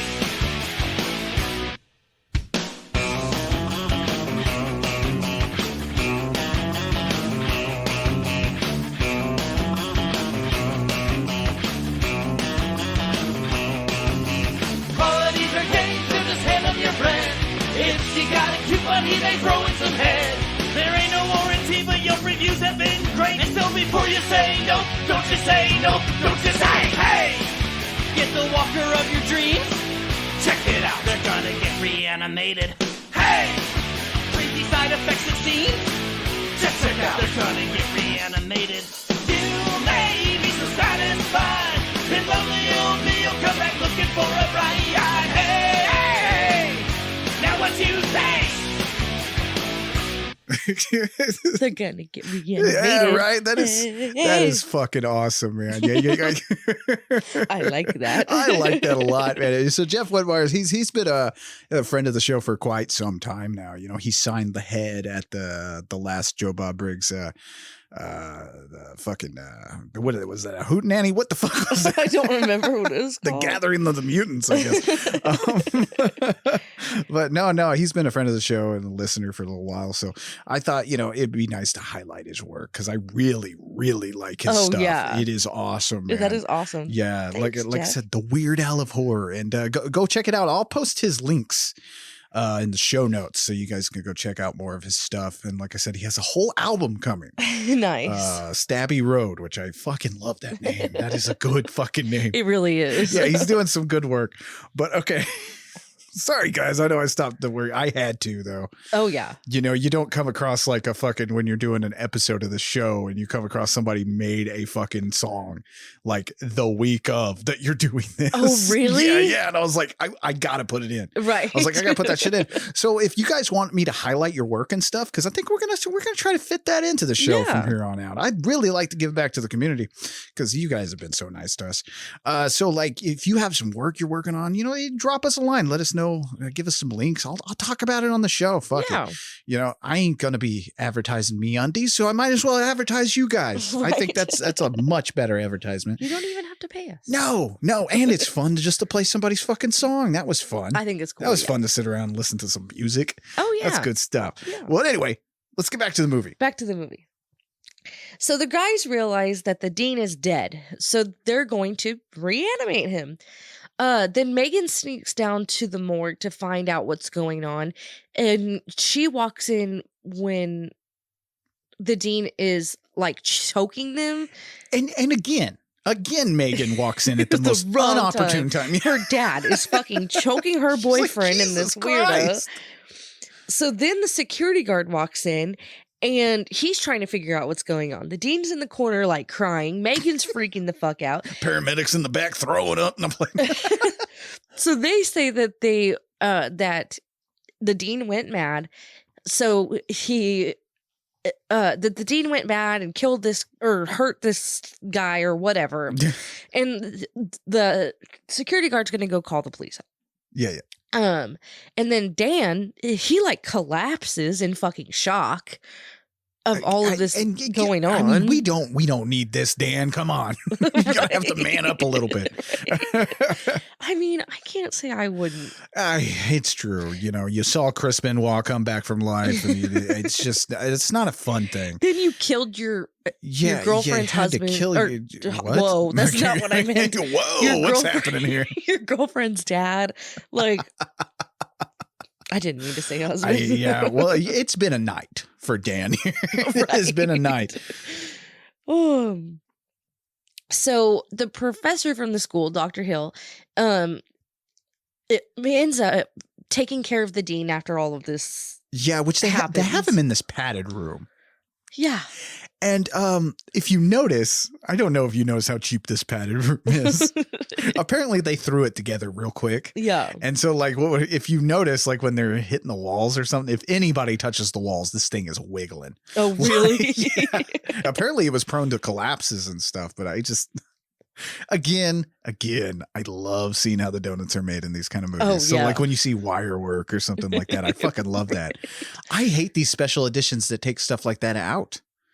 You know, you watch like The Evil Dead 2. I think there was an edition that came out on Blu-ray that took the wire off of an eye going across the screen. And I was like, no, that's like one of my favorite things is when I get to see the wire. Like it's such a charming thing to go back and look at these old movies and see like the seams of everything. I mean, I like it too. I don't think it's bad at all. Yeah, there's a charm to it. It's a character. It really does. Yeah. It really does. So he tells Megan that they're not sure of the course of recovery yet, but they need her to sign a release so they can do exploratory surgery on him.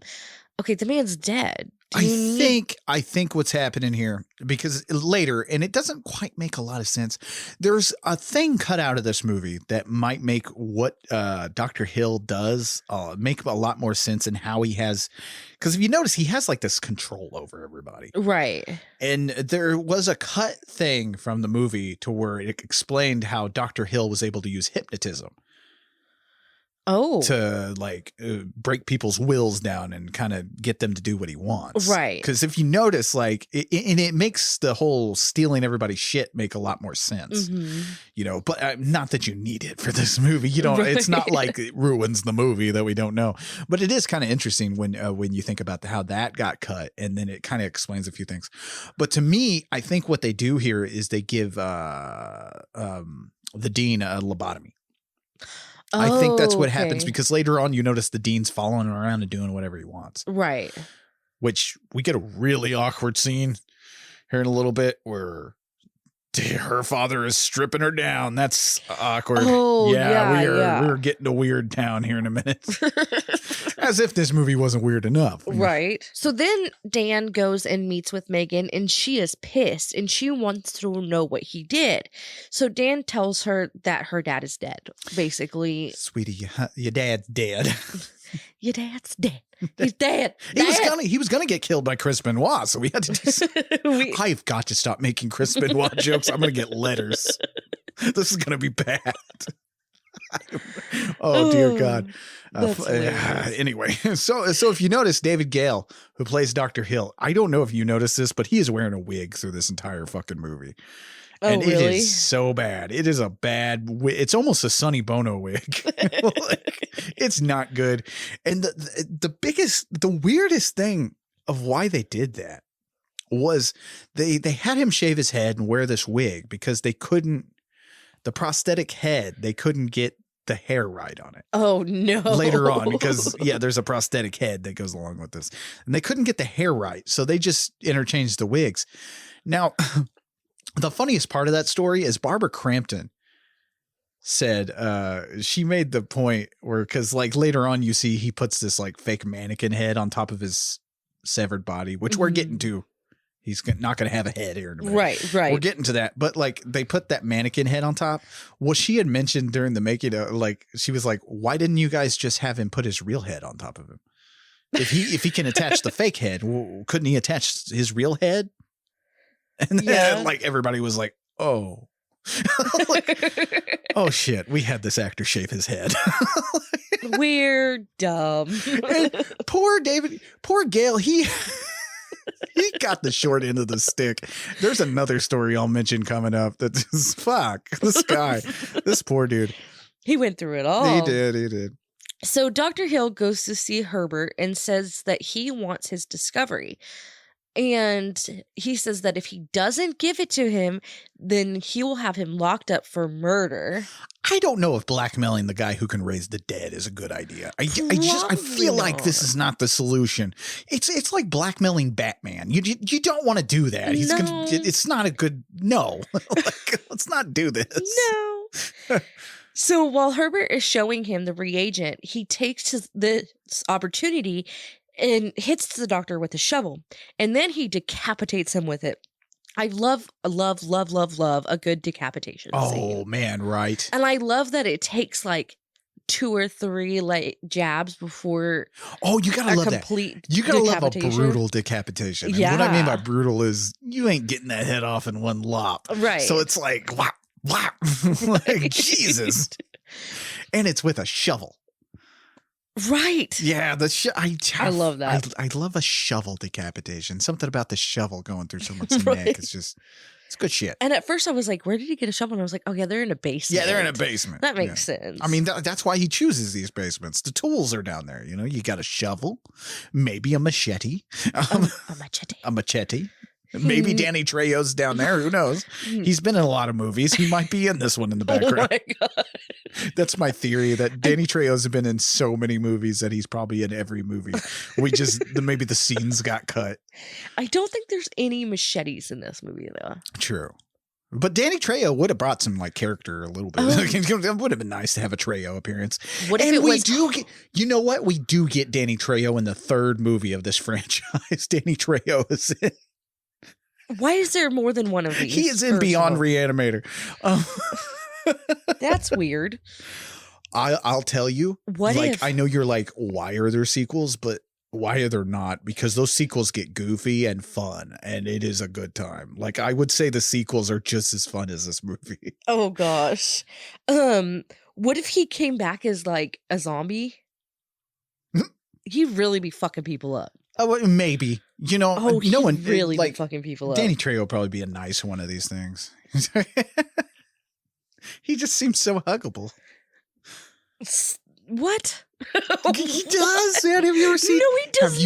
You've never seen Danny Trejo's like Instagram though. Like he's just like in his like he's got like house shoes on and a robe. Oh my god, it's amazing. Okay, I got to go to Instagram. I don't even get on. I don't get on Insta. I just said Instagram. I'm old, you guys. I just call everything Instagram.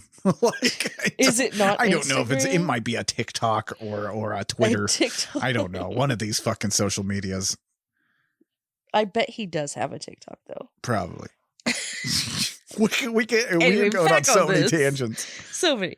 So then Herbert takes the doctor's head and injects it with the reagent, and then he injects into the body also. Well, the head comes to life and starts talking, like actually like kind of saying words instead of being like this zombie-like thing. And then the body grabs Herbert from behind and slams him against the table. And I gotta say, you know, Herbert, like, why did you bring the body back? Just the head. Look, why the head? I don't know. Maybe so it's not like, maybe so it doesn't look like complete murder. I don't know though. Because this thing is like, you just created a fucking thing that hates you anyway. And then you brought it back to the life. Like, what are we doing here? What are we doing? We don't need this. We don't need the body. We didn't even need the head. Need the head. But I will tell you, any of it. It is a gruesome fucking effect. Seeing this head fucking come alive and talk. Oh, yeah. And supposedly they used the same gurney from Return of the Living Dead to have Gale put his head through the table, you know. Because in that movie, if you remember in that movie, they had a zombie on the table where they had an actor stick their head up through it. well, supposedly they used the same gurney. I can't tell you if they did or not.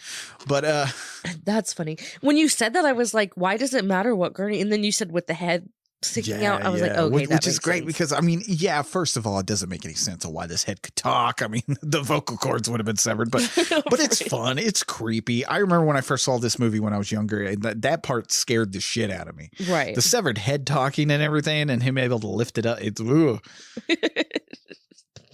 It's good shit, man. Well, because like, you know, Re-Animator's so good at this and Stuart Gordon's so good at this. So good at like luring you into how you think you know how everything's going to go. And then just fucking the weirdest shit starts happening. Oh, it's about to. The weirdest fucking shit. You're like, well, how do you top? Hang on. Hold on a second. Hold my beer. Because it's about to happen, okay? Oh, man. This is the grossest part of this whole movie. Anyway. Oh, man. So Dan walks in and Herbert comes too, and they realize that the doctor is missing. Dr. Hill is now at his office with his head. He's carrying it.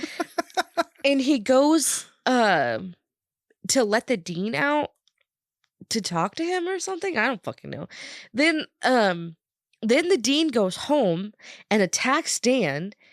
And then takes Megan back to the morgue. I guess he lets him out to make him go get Megan. Yeah, which again, like either lobotomy or hypnosis, because you do kind of question like why all of a sudden is he the leader of the reanimated people? Right? Like, how is he all of a sudden in control of all this? He's shit? So smart. Yeah, like, all of a sudden, yeah. So they strap Megan to the table and undress her. Her dad, her own father, her dad strips her down and puts her. That is a night. Yeah, you know, I will say she should be glad she goes away at the end of this movie because this is not the night you want to have. No, this is fucked up. And Dr. Hill starts touching her boobs, and then well, his body does. His head's right next to her head. Yeah, he's got this fake head on him, right on the body again. It's just like why? Like, so then she wakes up and he takes his head, his body takes his head down her body and licking her the whole time, like trying to go He's between about her legs. to perform. Why are we tinting around? He's about to use his severed head to eat her pussy out. Oh, that sounded very vulgar, and I did not like that. I would shocked you, didn't I? Can I scrub my brain out now, a fucking please? Severed head Don't is say trying to go down on this poor woman. A severed head. See, that's what I'm talking about. You didn't see this shit coming. But again, now that I think about it, this is the only reason why he puts that fake head on the body, so we could have the head scene. That's the only reason they did this. It has to be. It's the only reason, so we didn't have to ex-nay the fucking oral scene with the severed head. And I'll tell you, this is definitely one of those, hey, everybody stand up, let me see your boner moments where you're trying to make sure your friends aren't fucking disgusting. Right. Because this is the least sexiest scene I've ever, oh my God. Least sexiest scene with a naked lady. See, the first time I saw this, I thought that was her dad touching her boobs. Oh God. And I was like, no. Oh God. Zombie dad or not. I can't do this movie. No, I can't handle it. Zombie dad or not, do not touch your daughter's chest. It's so uncomfortable. It is. And David Gale, he was not a fan of this. Oh, he was not excited about the scene. He felt really weird about him. And the mechanical effects, though, on this head and stuff, like that shit's cool, man. They were super difficult, though. They had to do several different things to achieve all this. Because you think about it, he's on the gurney. He's holding the head. At one point, we're going down to town. Yeah. And then there's like one part where he's carrying their head around and you have a fake torso that like David Gale had to bend over and get into. He was doing all sorts of fucking shit for this movie. Shit. The only reason this fake head is on this body is for the head scene. Right. The head giving head. Is that what you would call it? Just what would you call this sex move? We don't need to call it anything. I'm purposely making Brittany uncomfortable. What would you call this sex move here? Like the head labia? I don't know. Severed. What do you call it? It's not doggy severed style. head. I don't know. The severed head. Severed head. Hey, I'm going to do the severed head on you, baby. It's like, no, you're not. I'm going How home. about you not? How about we not do anything? Stay on your side of the couch, mister. But you know, when David Gale's wife saw this fucking scene, she got so fucking furious. She stood up and yelled at him, "How could you?" And just stormed off. Stuart Gordon told this story. Like, she was so fucking pissed. Why didn't he tell her? I don't know. My thing was, it's like I made a movie. That's not me. That's a severed head. And why wouldn't he tell her? I don't know. I think if I made a movie where my severed head, and I know we're polyamorous and shit, but still, right? If I made a movie and I did some freaky shit with my severed head in it, I would sit you down. I would just beforehand like you to tell me. I'd be like, okay, we're gonna go see this movie. You know, I was a part of it. I'm very proud of my role. Right. Here's the part in the movie where I have a severed head. Cool, right? Okay, That's cool. That sounds very exciting. That's very exciting. I mean, I wanted to do that to you a time or two. Yeah. Well. So, and this is important. It's an important scene of the movie. Is it? It's meant to, make you feel shocked. You know, because it's a horror movie. It's an homage. What a horror movie. Yeah, it's an homage. Just had to say that. I'm sorry. What would this be an homage to? I don't know. What the fuck would this be an homage to? I don't know. I just had to say it. Okay. We've been talking about homages. I bet some of you thought, like, oh my God, is this an homage? Is he about to tell us, like, Alfred Hitchcock had a scene like this that he cut? Yeah, in the original Psycho, Janet Leigh's head was supposed to come out and blow Norman Bates. Oh, God. Oh, man. Oh, man. That's a movie. Don't want to think about that. Anyway.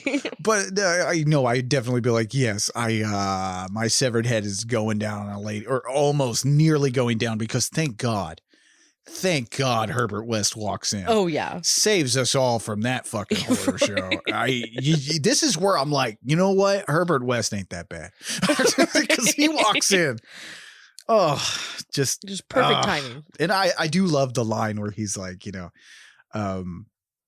where he says, I give you the recipe for eternal life or something, and this is how you fucking use it. Right. Because it's true. What are we doing here? Right? Like, what the fuck? Oh, my God.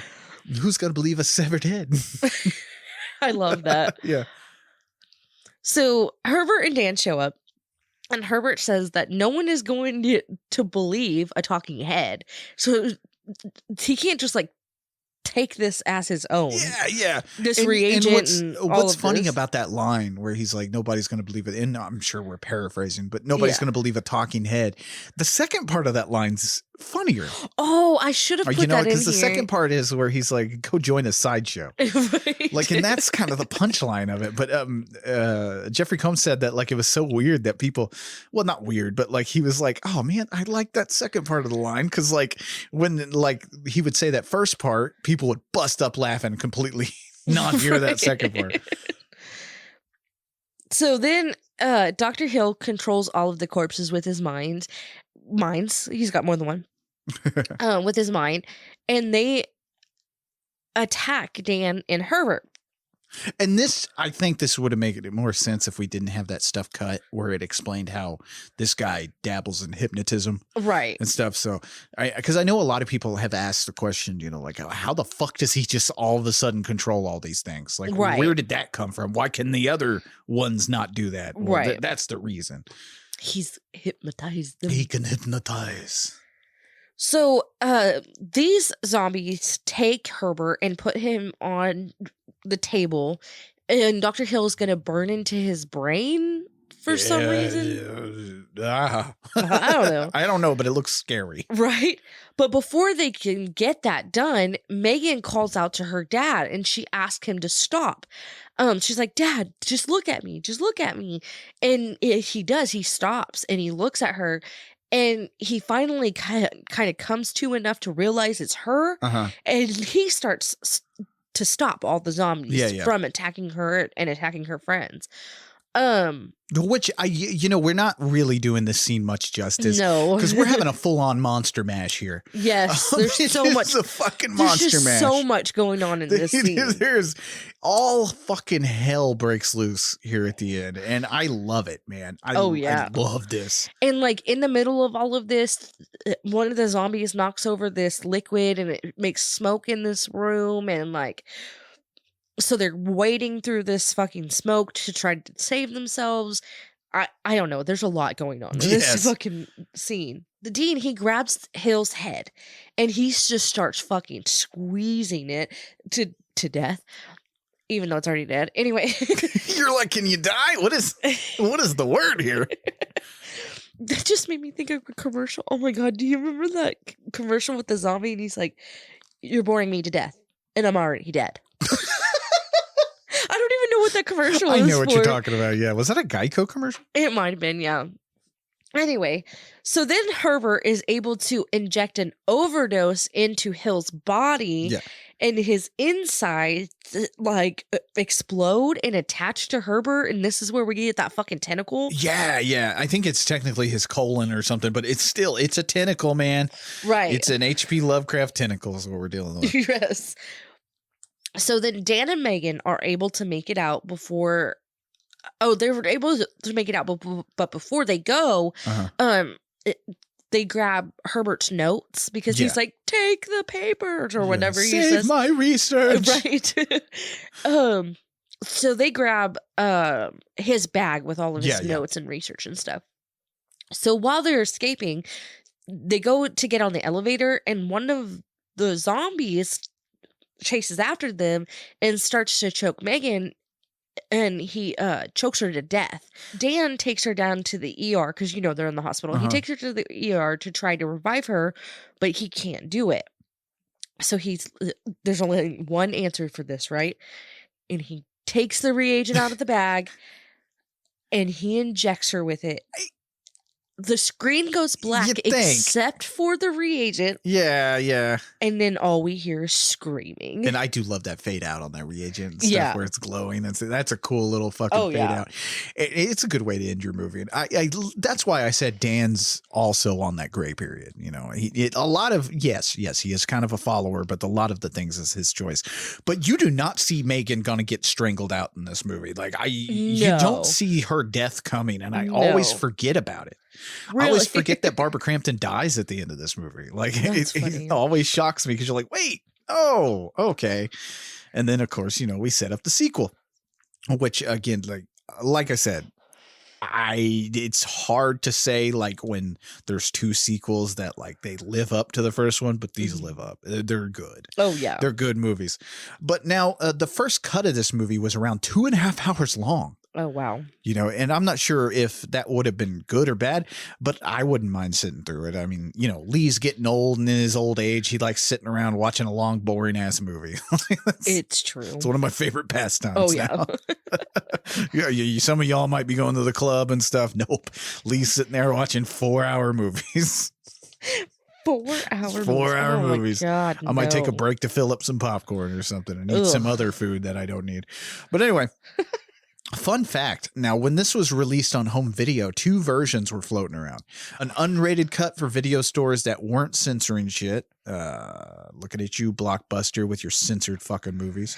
Okay. Good God. It was a family video store.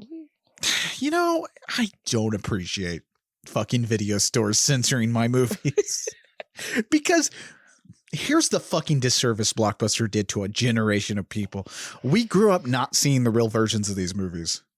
So when I went back and I watched this. Oh, were you shocked? I was shocked at how much gore there was. Yeah. I was like, oh my God, there's plethoras of gore. Oh, yeah. This is amazing.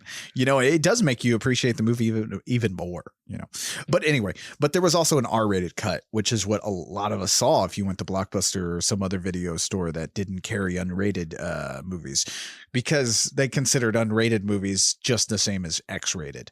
Oh, okay, yeah. So that's why they did that. Right. But the difference really between the two is gore, like I said, and a few scenes that were cut for running time, like that weird subplot of Dr. Hill being able to hypnotize people. That was kind of included in that R-rated cut, in fact. And that's why I was like always confused, like why people didn't know what was going on. Right. But anyway, I believe there was a German cut that mixes everything together, but I could kind of care less about that because Gordon prefers the unrated cut, and I listen to my directors. Right. You know how I am about that. If the director says that's his preferred vision, then I'm going with that. Fuck all the other ones. Right. This is what he wanted. Yeah, that's just like Dawn of the Dead. You know, like I'm gonna go with the one that George A. Romero told me to watch because that's what I feel better about. But anyway, Re-Animator was released in October 1985, which that is a great Halloween movie. Oh yeah, that is a great. I think it was the 18th too, so pretty close to Halloween. So that's a fun time. I think it was released in over 129 theaters, and it grossed more than $500,000 opening weekend, and would go on to gross more than $2 million against its $900,000 budget. Holy shit! So yeah, it was kind of a hit. It received very good critical praise, including Roger Ebert. Oh God, curmudgeonly Roger Ebert, who I love. I love Roger Ebert, but I have a love-hate relationship with him because he hates most of what I love. Right. But this movie, he gave 3.5 stars out of 4. Nice. He loved it. He in his review, he kind of said something along the lines is like a movie like this he had fun with, which is very rare. Right. And I kind of agree. This is a movie that you could say, you know, there's been a bunch of movies we've done on the show where I've been like, these are great with a crowd. Right. You know, these are so much better with a crowd. You know, you should watch this with a bunch of buddies or something like that. But this movie you could watch by yourself and have a good time. And it's an even better time in a communal experience. You know? Right. And that's what he said. He was like, I had a great time at a movie that somebody was whistling at and yelling. Right. Oh, I love that. Yeah. And it's gone on to be a lot of people's favorite movies. I mean, David fucking Bowie. Ziggy Stardust himself had worked with the cinematographer of this movie years later, and I forget the cinematographer's name, so forgive me about that. But the cinematographer years later on a project David Bowie was working on, and he was like, "Oh, you did Re-Animator. I loved that movie." That's awesome. So Ziggy Stardust liked this movie. And of course, it has gone on to be a huge cult hit. Like I said, spawning 2 sequels, a live musical, and of course, comic books and all sorts of other media. You have a crossover comic book that I've read that it's actually legitimately pretty good, where Ash meets Dr. Herbert West. Oh, damn. Yes. Oh, and they damn. have to fight the zombies. Oh, damn. It is a wild ride, but it is out there if you can get your hold on. You get your fucking hands on that. It's crazy. Right. To me, Re-Animator sticks out among the usual films in its caliber because it's serious enough to deliver some shocks and maybe a few scares. I mean, fuck that head scene. Woo. Oh, yeah. That'll make you uncomfortable. Oh, yeah. Don't watch this with your mom. What's he doing with his head? I don't want to talk about it. But also it has a good humor about itself to treat you to a good time and not talk down to you. That's very important because this is a movie about medical science bringing the dead back to life. And those type of movies have a bad habit of talking down to its audiences. Oh, yeah. You know, many of the movies I love do that, like where it's like, well, okay, you're spending a lot of time on the science of this. Right. It's too much. Like you're talking down to everybody. And I was afraid that that's what Herbert West was going to do. Right. You think he's going to treat you like a fucking moron as an audience. Right. You know, like, and that's the wonder of Stuart Gordon. You know, he never did that in his movies, even though a lot of them deal with that cosmic horror kind of element. Right. You know, a few of his that he did, especially like From Beyond. That movie is very complicated, but because it's Stuart Gordon, you get it. Like, and there's no, and just like in Re-Animator, there's no overly long scenes of Herbert West trying to explain it to you because I hate those scenes. They're not my favorite. They stop the movie dead, and it makes me feel like whoever's making this movie thinks I'm dumb. Right. I don't like that either. Like, I know this shit's fictional. You don't have to spend years and years explaining your fictional science. It's okay. I'll disband my belief for a movie called Re-Animator. Right. But, and I think that's why it's such a success and why so many people tend to love this, you know, and the cast. which is, wow. the three main cast members themselves carry this movie. And Herbert West, played by Jeffrey Combs. He's an amazing fucking actor. And I can't wait to cover more movies so you can see his range. Okay. He can play manic. He can play calm. He can play. You've actually seen a Jeffrey Combs movie and not known it. Okay. You have seen what was that? That movie where they all get together at the party and they dare each other to do shit. Truth or Dare? No. That's not it. I'm not thinking right. Where it's like a rich billionaire. He invites a bunch of people, and they they dare each other. Or they have to do it. I think can't I know remember, what you're talking about. but Jeffrey Combs is the rich billionaire in that movie. Oh, okay. Do you remember? Because that one dude has to hold a fucking firecracker in his hand and blows it up. Sasha Grey has to go bobbing for apples or something. And she drowns. Yes. Well, he's the rich billionaire in the movie. So you have seen a Jeffrey Combs movie, and he's menacing in that. Oh, yeah. That's what's funny. He can play maniacal, like a maniacal scientist, or he can play a menacing villain and stuff like that. Or also, he's played normal characters, like regular people. He's played Edgar Allan Poe. That's crazy. He's an amazing actor. And Barbara Crampton, too. Like, she's amazing. And Bruce Abbott as well, man. The cast members make this thing shine. Oh, yeah.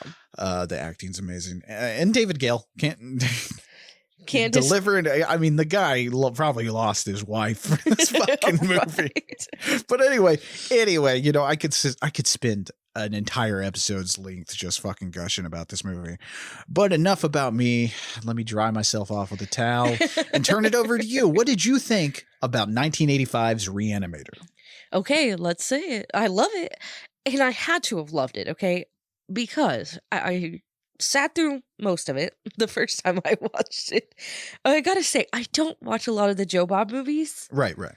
Because they just don't catch my eye. And for some reason, this one just caught me just right. I remember it was the first episode that you really, Brittany's one of these people who not really big on the movies, but she'll watch Joe Bob's parts. Like you usually will stop what you're doing and watch his his speeches and stuff like that. Yeah, because I'm just like in and out or whatever, but I like to listen to him and his take on things or whatever. But I really liked this movie. Because I love zombies. I like science. Yeah, and that's that's what's fun about this movie is you can watch this and feel like you're in on it instead of just on the outside watching. Right. Like a few. Off the top of my head, I can't think of anything right now, but you watch some of those movies and you just feel withdrawn from it, right? Because it feels like the science, like it feels like they're talking down, right? And it's too much science and not enough movie. Exactly. We're spending too much time trying to convince you that this is real. Right. I don't need convincing, which I'll tell you, one of the movies, and it doesn't just have to be science. Like one of the movies that did that recently that I got so mad about was The Conjuring 3. Oh yeah, I like those Conjuring movies; they're fine, but like. That third one kind of pissed me off because they spend way too much fucking time explaining to you that Satanists are real and they're going to harm you. And I'm like, yes, I've sat through 2 of these movies. I know the supernatural is real in your universe. Right. I get it. You don't have to spend hours explaining to me that it's a thing. You don't have to do this. Right.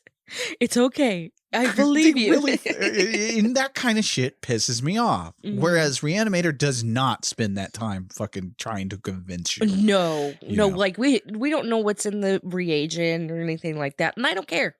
I don't care. Yeah. Like I think a lot of other people probably would have sat there and broke down what's in this reagent, and you just don't need it. I don't care. It's fun. It's like a MacGuffin. Like you don't need to explain to you. It's just that's the point of the plot, and it revolves all around this reagent. And it's almost a mystical kind of thing, Right. It could be from space. Who knows?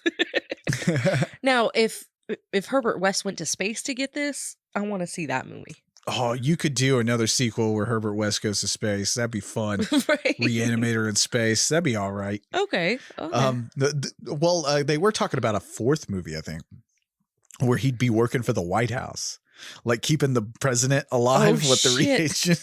Oh, shit. And with our current administration, I think that would work out really well. Probably. I bet you there's a Herbert West in there keeping Joe Biden alive. Maybe Joe Biden was reanimated.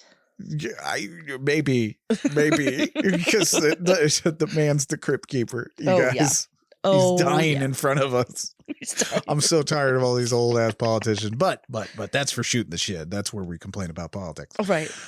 But man, I had a fucking blast. This was a lot of fun. It's been too long. Like, we should have done this movie earlier in our show. Like, I feel like this is an episode we should have covered a long time ago. I think so too, yeah. So, like, I don't know why we sat on this for so long, but I can't wait to get to more movies like this. It's because I thought it was a fucking robot movie. You did. She legitimately thought this was robots. And that's after I've seen it. It's just so funny. Right? Like, you legitimately thought this was fucking robots. Well, I think when you watched it for the first time, you didn't know the name. No, I didn't. Because you caught, like, I think you walked in and started watching with the cat. I think that's where you stepped in on, because like that, and that cat scene will catch you. Oh yeah. You're like, wait a second, what the fuck is he doing to this cat? His cat against the wall? That's all you need. I need like a gif of that going over and over again. Just Bruce Abbott throwing this fucking cat against the wall. Oh, that's hilarious. Oh no, we had a blast. We had a blast watching this. Now, so that's Re-Animator from 1985. It's good shit. Next week, it's April.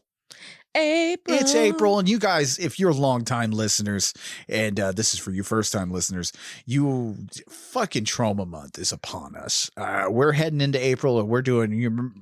If you just join in this show, Trauma Month is every April, and we cover trauma movies. Now, we're doing a little differently this time. We've done a mix usually, like maybe one like kind of straight horror movie from trauma, and then the rest are, the silly trauma kind of stamp of approval kind of movies. Well, this one we're going to try to stick to a lot more horror. Okay. But first off, we're doing a movie, and I explained this, how we're going to start doing more indie movies, like more independent films. I mean, Trauma itself is independent. Like that's pretty much the mainstay of independence. But we are doing one that just had its Blu-ray premiere, and that's Josh Stifler's The Good Exorcist. It is a comedy horror movie, and it is a good time. I reviewed this way back in the day when I used to do Fresh Popcorn. Mm-hmm. And it is just a movie that blew me away a little bit, because Josh Stifler made this movie when he worked with Robert Rodriguez Robert Rodriguez on the El Rey Network had this show where he challenged a group of filmmakers to make a film on a budget of $7,000. Oh, shit. And that's what this movie is. Nice. And now Trauma's distributing it, so it's a Trauma film. Nice. So it's a part of Trauma Month. So that's what we're doing next week. Okay. So until next week, when we check out The Good Exit, I was pausing for suspense. Oh, okay. I was waiting for Chris Benoit to bust through that door. Oh my God. Do you need to be reanimated? I don't know. Yeah, probably. But I'm Lee Evans saying stay spooky. And I'm Brittany. Stay horrific. Bye-bye. Bye. Thanks for listening. To get a hold of us and submit your stories, fan mail, and death threats, you can find us on Twitter, Instagram, Facebook, and nightofthehorrorfile.com. Our theme song was written and performed by John Brennan, used with permission. Find John at shopjb.bandcamp.com and at badtechno.com. If you like what you hear, leave a good review wherever you listen to podcasts, and share the show on your social media. See you next week.